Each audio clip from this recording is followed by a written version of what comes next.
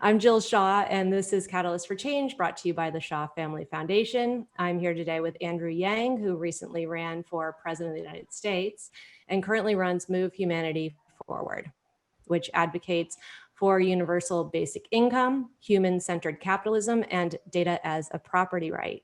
He's been a critical supporter of President-elect Joe Biden and has just announced that he will be moving to Georgia to help the Democrats who are still running again in a runoff for 2 Senate seats in January. Andrew, thank you very much for joining me today. Oh, it's great to be here. Thank you for having me, Jill, and thank you for your incredible work in the community. I love the trial in Chelsea. I love folks who are working on education innovation. So it's great to connect. It's so great to have you here. It's really nice to meet you. We probably should start with the obvious. Tell us a little bit about your opinion about what happened over the last week with the election and what's going on right now. Thrilled. Joe's our president-elect. Thank goodness. Yay! The national nightmare of Trumpism is, well, Trumpism, unfortunately, is not dead, Yeah. but Trump will be our president. I mean, so that's a phenomenal place to start. Right. The work we're doing, I think, is more important than ever, Jill, in that we have to face facts that over 70 million Americans decided to re-up with Trump. And that include maybe 5 million voters who didn't vote for him last time in 2016. So you have to ask yourself, oh my gosh, 5 million Americans saw what happened over the last 4 years and said, I didn't vote last time, but now's my chance. Now I'm going to double So, down. Yeah. there's like a real uh, rot going on in many, many communities. And folks are just falling into despair. In an environment of despair, Trumpism is much more potent and powerful because if you lose hope and then someone gives you an expression of anger and breaking the system, then you're much more likely to take it. So Mm. I'm thrilled that Joe Biden is going to be our president very soon. But I'm deeply concerned about what this election says in terms of where our country is, because there are some negative trends that are getting stronger.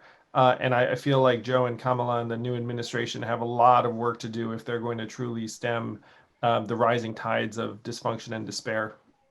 Andrew, do you think it was mostly people re-upping for Trump, or do you think it was more Republicans that just couldn't bring themselves to vote Democratic, even given who our leader currently is?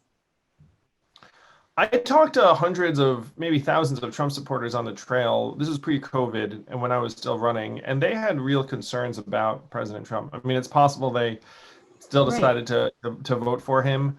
After all is said and done, party allegiance is very powerful. Yeah. So a lot of people will hem and haw and then end up voting along party lines when when they get in there. Right. Right. Um, uh, but there were some people that said that they're going to just not vote this time, like that voted for Trump last time. They couldn't Right. bring themselves to vote for Trump.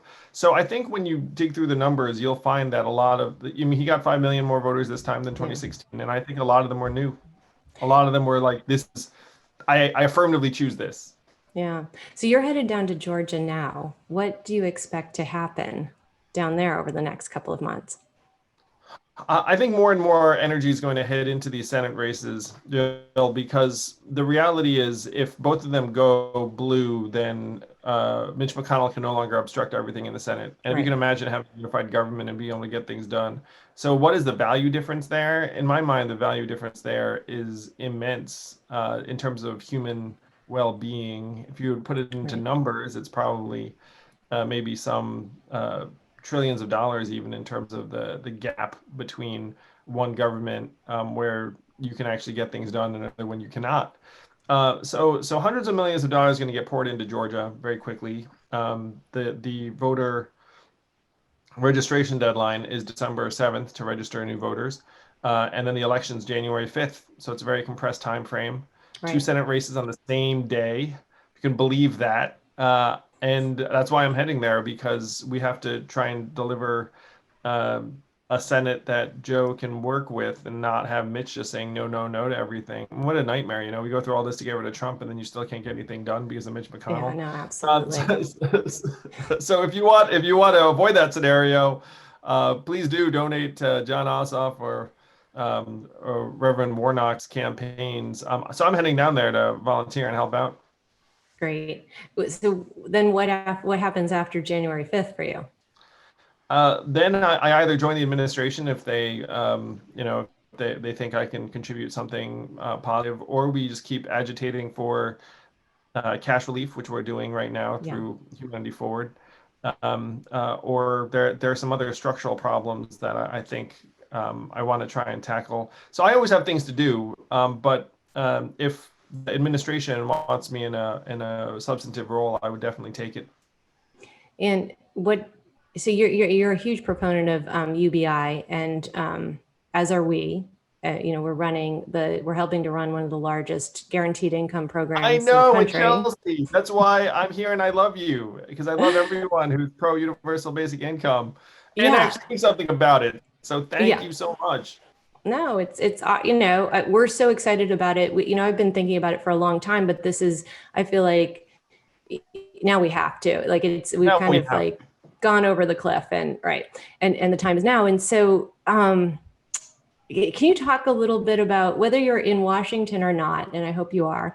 Will UBI, do you think, be on the table regardless of whether people lean conservative or lean liberal, or do you feel like there's a long road to hoe before we get to a place where people are more accepting of this sort of solution? Jill, it's so fascinating. Before I decided to run for president, I thought the big problem is that people have not heard of universal basic income, like that, Right. because most people hadn't heard of it. So I said, okay, let me remedy that. Yeah. Thanks to many incredible Americans who just threw their support behind me and the campaign. I think now most people have heard of universal basic income. And its approval rating just keeps going up and up and up, particularly with the Right. pandemic, unfortunately, as circumstances have worsened. Now, 55% of Americans are actually for universal basic income, and 82% are for cash relief during the pandemic. Mm-hmm. So there's now fairly widespread support for it. And in the Democratic Party, dozens of mayors have come out for this new Mayors for a Guaranteed Income, where you have the mayors of Los Angeles, Atlanta, St. Paul, Stockton, Compton, like around the country, Newark, saying that we think we have to have basic income and we're going to run a trial. So you can see this massive movement among Democratic mayors, Right. many of whom are black. So there's going to be this wellspring of support politically.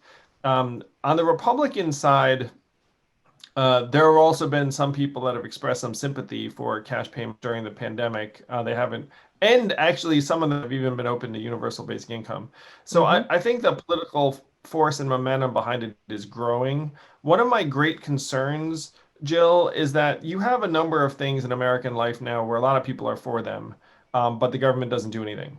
Right. And so I'm now getting increasingly concerned that our government is not actually responsive to popular will for a variety of reasons. And that's one thing I want to try and fix because you can identify other things where it's like, well, most of us agree on common sense gun safety regulations or like the need to improve our infrastructure or some form of climate change mitigation. Mm. And we're not doing any of those things. And so that's another set of problems to tackle that I'm actually now seeing more clearly. And do you think it's just because bureaucracies take a long time to change? Do you think it's because UBI actually all of the things that you're really strongly advocating for are major shifts in our thinking, like the individual owning their digital property, I think conceptually is a very difficult thing for us to think about, even though Americans tend to like the notion of privacy, that we don't really understand what a competitive asset it is to have our own, to have access to and allow access to digital information. And so these are big thoughts that you have. And do you think that it just takes time for bureaucracy to catch up? Or do you think that things like COVID-19 and the dramatic impact it's had on Americans just opens up a door that maybe would have taken a lot longer to open. Well, we certainly have an opening that I want to try and maximize. Yeah. Dozens of members of Congress sponsored an Emergency Money for the People Act, and millions of Americans got those stimulus checks of $1,200 and liked it. Right. so, so, so we definitely have an opening. Yeah. But there's also the fact that again, there are a lot of political incentives now, Jill, around blaming the other side than solving the problem. Yeah. And the clearest example of that right now is the lack of a second coronavirus relief bill, Right. where it's common sense to all of us that if the benefits ended in July and it's November, and you still have millions of people who are displaced, that we should do something. And at this point, the Dems and Republicans have just shrugged and said, well, it's their fault, Yeah. rather than accept a bill that maybe isn't quite to their liking. So that's the stuff that concerns me when you talk about, like, there's the big thought. But even if people have the thought where, let's say 82% of Americans think we should probably do something to help people during the pandemic, and then you look up and you see the gridlock in Washington. Yeah. So there are a couple of barriers for us to surmount. And just to kind of help people who are listening to this or watching this understand, we're talking about before COVID, 75% of Americans had less than $1,000 in savings, and 35% had no savings at all. And you talked a lot about, and we hear this a lot, that there are many, many Americans who are one, disaster away from just being completely in debt. COVID has exacerbated that. It's part of what, we've seen deeply happening in Chelsea, Mass, which is, a great example and maybe one of the deepest examples of how hard hit a community can be by something like COVID-19. How, now that the elections presumably passed us, how do you think things will loosen up and those conversations will become easier? And how dramatic do you think things will look on the recovery side? And how do you think both sides will think about this, knowing that we're all Americans and we're all facing kind of this massive challenge? Also, that there's so many Americans who want to lean in and help and are not receiving great direction on how to do that.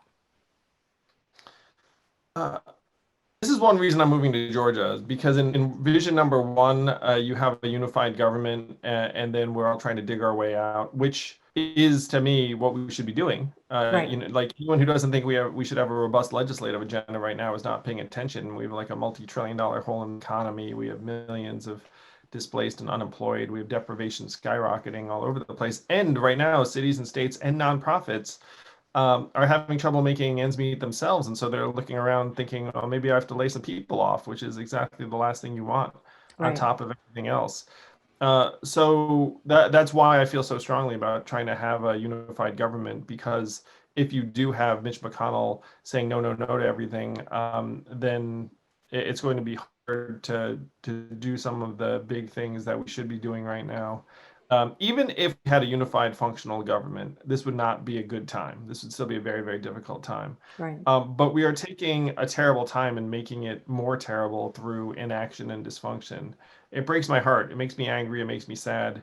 But I'm a person. I'm a problem solver. So it's like, okay, here are the problems. Like, what can I do? And so like I keep trying to jam myself into a useful position. So right now the useful position is Georgia.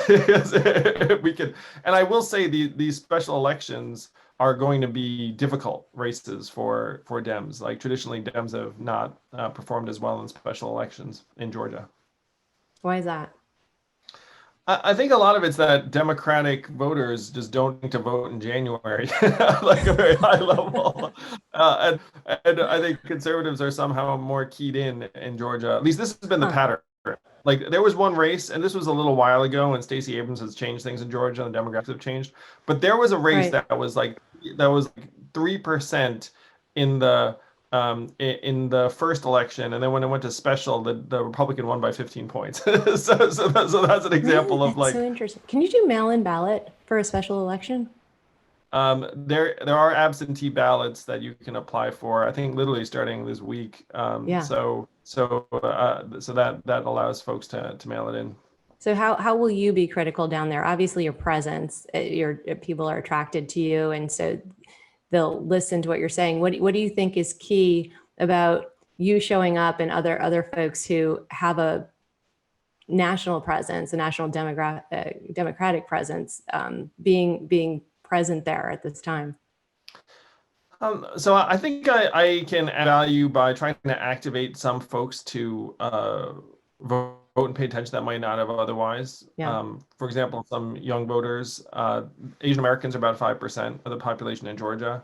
So if I can activate them, great. Mm-hmm. If my even just knocking on a door myself and posting it on social media like helps someone see like, wait a minute, like why is Andrew in Georgia? Like what's going on? Right. That I can get more resources to this campaign, because this is going to be essentially a mini national campaign where there are going to be hundreds of millions spent on both sides. Yeah, it's Uh, extraordinary. it's wild. I mean, Yeah. like, when's the last time you've seen a race that this much relies on, or these two races? But that like it's, and Yeah. one of the Republican members is literally the richest senator, which is saying something because there are a lot of rich senators in the Senate. Yeah. Right. But Doesn't but hurt. Kelly Loeffler is worth over $500 million, and she's already spent 23 million of her own money on this campaign. So, Mm. so that there's going to be a lot of money spent. Yeah. I think having human beings knocking on doors and canvassing and whatnot could be a difference maker. Yeah, interesting. We spent a lot of time at the foundation also thinking about COVID-19 and the need for testing and the need for kind of a comprehensive set of protocols around getting kids back to school, which also helps get people back to work. How much of this solution, in addition to bringing funding to people who need it, how much of the solution is really to knock out this disease? We've been fighting about whether or not we need to knock out COVID-19. It feels to me like that should have been the enemy that we had the eye, that was where our eye was back in March and April. And instead we decided to fight amongst ourselves about whether or not that was important. How important do you think, now or post January, it's going to be to just get everyone's eye on the ball in terms of, eradicating that disease so that we can kind of move the economy forward? I, I'm sure you saw the news come out today that there's a vaccine in late stage Yeah. trials that may be very, very promising. Yeah. So that there are essentially two stages of this in my mind. Well, three you could say, but we passed stage one essentially immediately. So stage one would have been actually contact tracing and trying to keep infection rates under control by finding the outbreaks. So we missed that window thanks to ineptitude in our government response. So that was very sad. So then we Yeah. moved into community mitigation, which is where we've essentially been ever since. So that's mask wearing and social distancing and various precautions and PPE. Resources for schools make sense, obviously, like having people have masks and shields and various things that could help you operate in that setting. And then stage three would be actually having a vaccine and distributing it. So right now, now that we're in stage two, people are making really difficult trade-offs. Where using schools as an example, I'm a parent. I've got two kids who are in online school. It's Mm-hmm. not great, Mm-hmm. and No, I no feel way.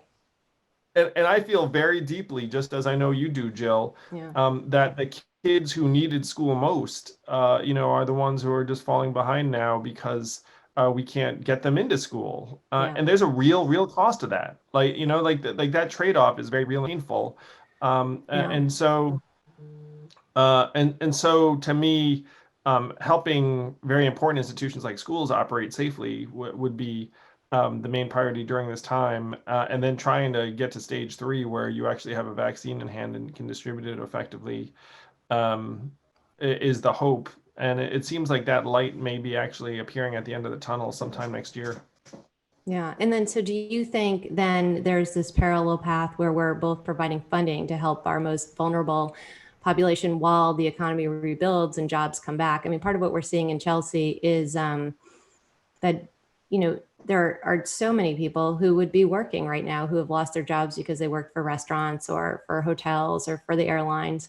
And they're just out of work, and they're going to be out of work until we live in a safer environment, because those Yep. things aren't going to open, right? But it's kind of black and white for a lot of those folks, is they either can work every day and afford food and shelter and their basic human needs, or they can't. And then they're a bit flailing, and many of them don't qualify for federal supports. And so, this is a massive struggle, and it's a massive struggle that's happening across America. And so, at some point we will 100% get the disease under control. But then, do you think the economy comes back swiftly or slowly? And do you think part of that is just, or depends on how seriously we focus on things like universal basic income and other supports that are not so structured, and really give people the freedom to kind of make investments where they need to for their own health and well-being? We should have adopted universal basic income early on in this pandemic and kept all these families afloat because of what you just Yeah. described. Like Yeah. if you are a bartender, security guard, restaurant worker, airline attendant, retail worker in a mall that has prematurely shut down, and everything else, like Right. you're in the situation you described where it's like, look, if I could work full weeks, then I could survive. And Yeah, now I 100% they cannot. would. Yeah. Yeah. And that one of the misconceptions is that somehow the economy would turn back on like a light switch. I mean, that's just not the way it works at all. Right. Even with the vaccine, it will not actually turn on like a light switch because people's habits have changed and their commutes and patterns have changed. And not everyone's going to adopt the vaccine. I mean, Right. you can look around, like it's not like 100% of Americans are wearing masks. So you think that if you have a vaccine, like 100% of people will sign up for it. Right. There was actually a great suggestion on Freakonomics the other day that I'm going to try and popularize, which is that we should have like vaccine lotteries where like everyone who gets a vaccine in any given day, like there'll be a prize. Like one of you gets, $100,000 for getting a vaccine today to Right. sort Oh, of yeah. like like reward people That would be for vaccine. interesting. It's not a bad idea, because it is going to be a whole series of things that get us back in past where we were in a positive way. And the other thing is that we people need to understand what the new pathway is, right? Because like you said, we don't look the way we did before this No. crisis. We're looking at we're measuring lots of things around this UBI project that we have in Chelsea. And one of the things we looked at was mental health. And, in Chelsea, 30% of the respondents suffer from mental health issues. We had them take kind of a test that looks at mental health. That's as compared to 5% nationally. So you just look at what the impact has been on people's well-being. And so there's a whole other thing alongside of the economy and academically that we need to nurture and bring back just to where it was, and where it wasn't even terrific. And so the country has a ton of healing to do. And do you think that's the key responsibility that President-elect Biden will take on as he moves us to and through the next 4 years? Uh, this is one of the things that I find very frustrating, Jill, is that a lot of our politics has devolved into messaging Yeah. where when the media talks about someone being a healing figure, it's essentially for that person to present calming, unifying demeanor and avoiding particular rhetoric. But if you have 30% of people in a town like a mental illness, I mean, sure, it's better not to have someone on the news like braying about nonsense. I mean, like that'll help at the Yeah. margin. You know, True. but that doesn't somehow fix the traumatized kid who's not been in school for a year. That does not That's fix right. the traumatized parent who's been struggling. And one reason I'm so passionate about universal basic income is that if you were to lift the existential dread that that parent has, then maybe both that child and that parent actually do recover, Right. marginally or faster or whatnot. But in the media, the conversation is just around the media itself. Where it's like the big problem we have is that people aren't measuring the reality on the ground of the lived experience of families day to day, That's right. where we've been slipping backwards in various measures of social progress or well-being, including mental health. This was all pre-COVID. Hmm. So things like infant mortality or freedom from substance abuse and addiction or whatnot, we're something around 28th globally if you take a composite of these things. Clean water, Right. and I'm sure COVID has made it much, much worse. And that to me has to be the test for Joe and the new government. That's one reason why the challenge is so great. And especially again, if you don't have a unified government, it's like, how do you reach those people in Chelsea, Mass, Right. if you're in DC and you're trying to get them help? Yeah. And the obvious answer is like, we should be sending them money because then they'd have a much better chance of plugging back into something productive, being able to pay their bills. That money would flow back through the community and the economy. That's right. And this has been my mission for the last number of years. We made incredible progress, but I still see how much progress there is to be made before that family in Chelsea actually gets the money. And thank God for your organization, and your commitment, because now maybe that family in Chelsea is getting money, but then there are like the thousand other Chelseas in the United States That's right. where there's not a Shah Family Foundation. and No, that I think you're exactly right. I mean, I was talking to Chris Hughes about this, who is a huge proponent of UBI, as you know. And I mean, I said, what's the point at this now, right? Because all of these things, pushback that you get around UBI, those things have been proven to be untrue, right? Like, people do spend the money responsibly. It does have an impact on their lives. And his point of view is that we just need to keep doing this and keep supporting these programs as they roll out in cities. To create momentum around it, right? So that, like you said, now 55% of people know what UBI is. It's because of you. And I think, so not in sound bites, but in real stories, we need to share, how impactful this is for our neighbors, right? And how this really does shift the dynamics of the country, how it's good for all of us. Yeah, if we can get it to a point where someone actually knows someone who's Yeah, who's who's getting it received right? something. Right. Yeah, That's right. That's right. because right now so many Americans have had their uh, gaze sort of brought down or depressed. It's like if you go to them and say, "Hey, you should be living better, you should be getting money maybe from the government or or just for a living or whatnot." It's literally too good to be true for them. Like they can't even get their eyes up to a point where they see that as a possibility. Right. And Right. that's our challenge in many ways. Because when I was running, I ran into that challenge a lot. One of the things I'm going to try and incept for you, because like I know you and I are going to be fighting this fight for a while, but this helped me, and maybe this will help listeners. Yeah.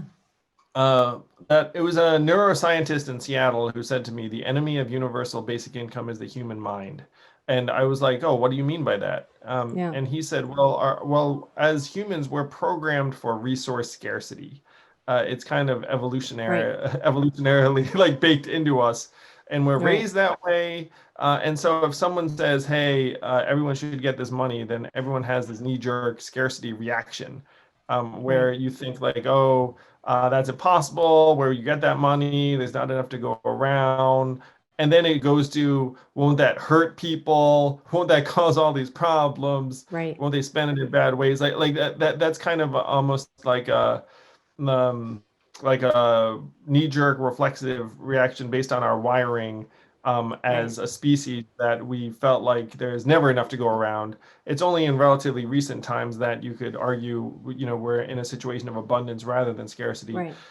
So this neuroscientist's observation kind of helped me understand the objections a little bit better, because you just have to try and bring someone from a resource scarcity mindset to an abundance mindset very, very hard.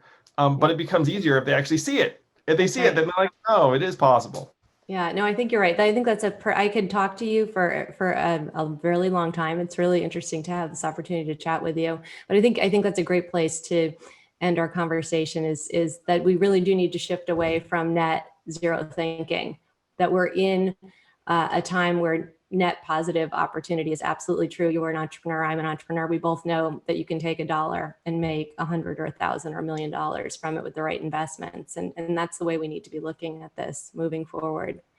So, yes, that's the abundance mindset, the yes. entrepreneurship mindset. Love it so much. Yeah. Well, and I think it's where Americans like to be too. Thank you. Thank you for joining us today. We really appreciate spending time with you. Of course, anyone who does the work like you do, I'm a huge fan of. Please consider me a friend and ally and resource. There aren't enough of us, but there are more of us coming into being every day because people are realizing that this is not just possible but necessary. I think that's right. Well, thank you. Thank you for heading to Georgia. We'll be watching you and cheering for you, and looking forward to see what you head into the new year doing. Fantastic. Thank you so much, Jill. Thank you, team. All the best. Thank you, Andrew. Thank you for listening to my conversation with Andrew Yang. I hope that you enjoyed today's podcast. And if you did, please rate, review, like, and share it with your friends. Have a great day.